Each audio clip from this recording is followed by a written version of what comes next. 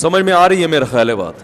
اسلام نے بہترین حل دیا. نابالغ بچی کی بھی شادی ہو جائے گی. باپ اگر دیکھے گا کہ یہ لڑکا میری بیٹی کے لیے انتہائی سوٹیبل ہے, یہ بہت اچھا خاندان ہے, ابھی سے بکنگ کرا دو بھائی, یہ تمہاری امانت ہے.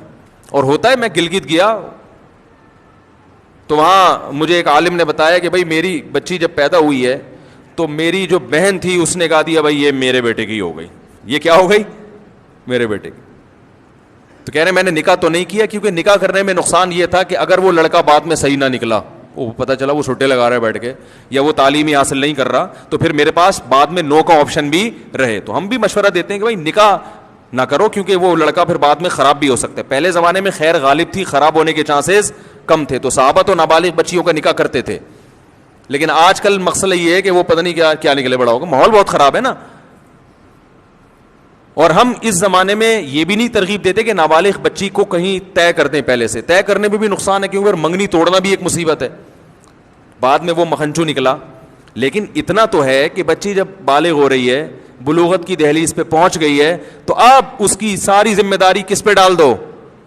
سسرال پہ ڈال دو. بولا یہ آپ کی, میں نے اپنی بھانجی کا ایسا ہی نکاح کیا ہے.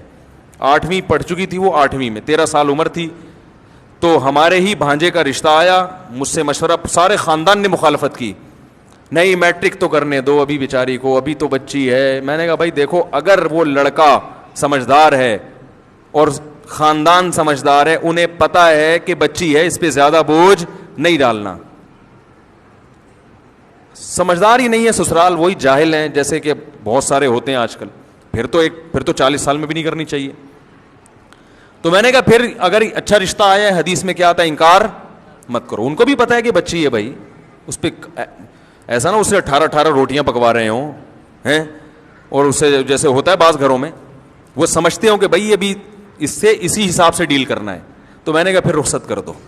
رہا مسئلہ کہ ابھی تو میٹرک بھی نہیں کیا, تو بھائی وہ جو ہمارا بھانجا ہے ہم اس سے بول دیں گے تمہاری بیوی ہے بھائی, اگر تم چاہتے ہو کہ تم دنیا کو فخر سے بتاؤ میری بیوی ڈاکٹر ہے, تو اس کو میڈیکل کالج میں آپ داخلہ دلوا دینا اپنے خرچے پہ.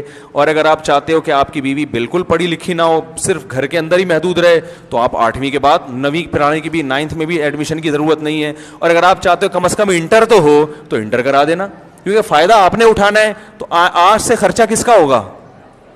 آپ کا ہوگا. سمجھ رہے ہیں کہ نہیں سمجھ رہے؟ یہ اسلام ہے. اب جو میری بھانجی تھی نا, اس کے والد بیچارے روزانہ 12 کلومیٹر اس کو اسکول لے کے جا رہے تھے. قریب میں کوئی اچھا اسکول نہیں تھا, روزانہ باپ کی ذمہ داری تھی, صبح خود بھی مدرسے جانا ہے پڑھانے کے لیے, بچی کو پہلے 12-13 کلومیٹر بائک پہ لے کے جائیں گے, وہاں اسکول میں چھوڑنا ہے, پھر شام کو اسکول سے, کیونکہ اکیلی بچی کو اس طرح اتنی دور کنوینس میں بھیجنا بھی بڑا ایک یعنی احتیاط کے خلاف. اتنی محنت باپ کر رہا ہے, تو باپ کی محنت ہلکی ہو گئی کہ نہیں ہوگی؟ میں نے کہا اب یہ محنت کون کرے گا؟ اس کا میاں کرے گا. اس کو بولو یہ ذمہ داری اٹھانے کے لیے تیار ہو تو بچی دیں گے, ورنہ پتلی گلی سے نکلو. پیڑے کھانے والے ہمیں پسند نہیں ہیں, کہ کام کچھ بھی نہ ہو بیٹھ کے پیڑے کھائیں. آج کل سسرال والے بیٹھ کے پیڑے کھا رہے ہیں, خالی ریڈی میڈ دلہن چاہیے جو سب کچھ کر چکی ہو, ہر لحاظ سے فٹ فاٹ ہو, اور یہ بیٹھ کے اب کیا کھائیں؟ پیڑے. یہ نہیں ہے اسلام میں. تو اس کلچر کو پروموٹ کریں, میرا مقصد یہ ہے, ٹھیک ہے نا. اس کلچر کو کیا کرنا ہے. اور الحمدللہ اس کی شادی ہو گئی, 8ویں کے بعد ہی ہو گئی. ہم نے تو پھر پوچھا بھی نہیں کہ میٹرک کرا دیا. بھائی اب میاں بیوی کا آپس کا مسئلہ ہے, میوچل انڈرسٹینڈنگ سے اگر وہ ڈاکٹر بنانا چاہے, ٹھیک ہے نا, ڈاکٹر بنا دو, انجینئر بنا دو, PhD کرا دو, جو مرضی کرانا ہے, حج کرا دو, عمرہ کرا دو, مولون بنا دو, عالمہ بنا دو, تمہاری ہیڈک ہے. تمہاری بیوی عزت, بیوی کی عزت سے کس کی عزت ہے بھائی؟ پڑھی لکھی ہوگی تو لوگ تمہاری عزت کریں گے. ماشاءاللہ بھائی صاحب کی جو بیگم ہے وہ خود بہت بڑی صاحبہ ہیں, تو اب یہ تمہاری ہیڈک ہے. اور اگر ہوم میکر بنانا ہے تو گھر میں رکھو اس کو. تو ماشاءاللہ ان کی 4-5 سال ہو گئے میرا خیال ہے شادی کو, بڑی ہنسی خوشی زندگی گزر رہی ہے.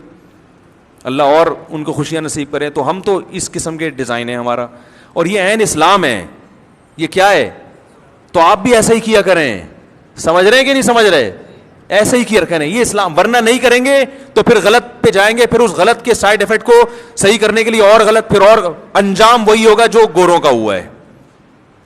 انجام کیا ہوگا؟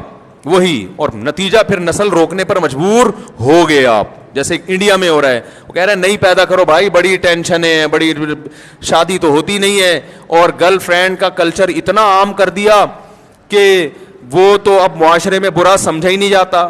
ہمیں تو یاد ہے بچپن میں کوئی گرل فرینڈ کسی کی ہو تو لوگ تھوکتے تھے اس کے اوپر, ابھی شرم نہیں آتی تو برا آدمی ہے معاشرے کا, منہ چھپاتا پھرتا تھا. نکاح کو لوگ پسند کرتے تھے, اب تو گرل فرینڈ ہول سیل کے حساب سے. مفتی طارق